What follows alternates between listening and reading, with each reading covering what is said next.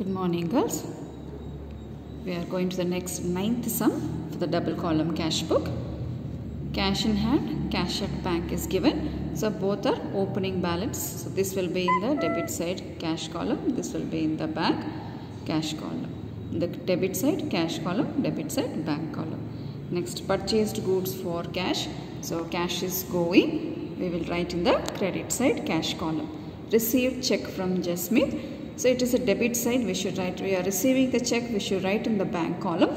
But you see here after 2 days here, Jasmith check deposited into the bank is given. So that's why here, so what we are doing on 5th here is, even though it is a check here, we will write in the cash column. We assume that it is not gone because 5th check is received, this 5th check is not gone to the bank. So we don't write in the bank column, it will be in the cash column only.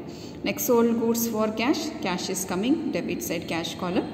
Now here Jasmith's check deposited into bank. Now here only the check is going to the bank. So it is a deposit into the bank means it is a contra entry. Next, purchased goods and paid by check. Credit side, check is going bank column. Paid establishment expenses through the bank. So we are paying here the expense through the bank. So credit side, bank column. Cash sales, debit side, cash column. Deposited into the bank. Now it is a contra entry. Okay. Next, paid trade expenses, cash going, credit side, cash column. Received commission by check.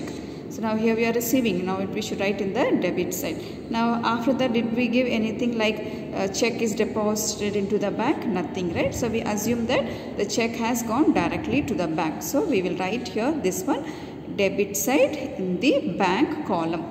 Paid rent, credit side, cash column. Withdrawn for personal use, credit side. And salary paid is also credit side. Now we'll see now how do we post into the account, the ledger account of the cash with the bank column. Date particulars, cash bank, date particulars, cash and bank we have. Now balance brought down. Now balance brought down we have both for cash as well as for the bank. So we can write as 17,500 and 5,000. So here we need not write separately now. The same line here we will write as 2 balance brought down. So 2 balance brought down 17,500 and for the bank it is 5,000. Next date is purchased goods and for the cash. Now cash is going. So by purchases account, cash column we are writing. The next one is received check from Jasmith is given. So received check from Jasmith here. See here the Jasmith. Instead of writing in the bank column, we are writing in the cash column. We are writing because the check is not gone to the bank. Next, sold goods for cash. If you sell, cash will be coming. So 2 sales, cash column. Next, Jasmith check is deposited into the bank. Now this check is going to the bank. That's why we call as a contra entry.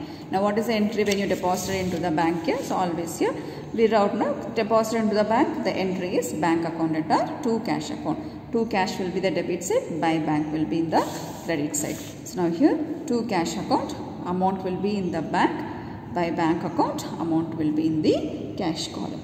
Next, purchased goods and paid by check is given. So by purchases we'll write in the bank column. Next, paid establishment expenses through the bank, right here in the bank column of the credit side. Then after that here it is given as cash sales here. So we entered now the cash sales of 7,000. So 2 sales 7,000 we entered.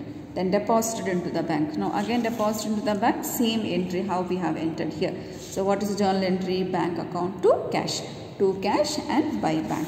So here 2 cash account, amount will be in the bank. Then by bank, amount will be in the cash column. Okay. The next, trade expenses paid. So write in the credit side. Rent paid, credit side. Drawings, right, withdrawn for personal use, cash. All these are in the form of cash. So we are writing the cash column. Salary again in the cash column. So all the transactions we have posted in the debit side as well as in the credit side. Next, what we are supposed to do now in all the sums we have done, we need to add now the columns. Cash column separately and the bank column separately we should do it here. Then we will find out what is the remaining balance we have. Now if you total now the columns, now cash column I have added debit side and the credit side. Now debit side, so this total we got as 41,500. Credit side total we got as 32,700 we got, and subtract, it is your remaining balance. Same way for the bank here, debit side is a total of 31,500, credit side is a total of 21,000. If you subtract, remaining balance we have. We know that now highest amount to be written in the total column. For the cash, the highest amount is 41,000. For the bank, highest amount is 31,000. So that's why see here in the total column 41,500 and 31,000. Same way 41,500 and 31,000. Then we have to subtract and remaining balance. So credit side we have less amount for both cash and the bank. So the remaining amount will go in the credit side. So that's why here by balance carried down. So balance carried down 8,800 and it is 10,000. Okay, now same carried down will enter here as a brought down 8,800 and the 10,000. Okay, so hope you are clear with this here. It's the same like how we have done the sums.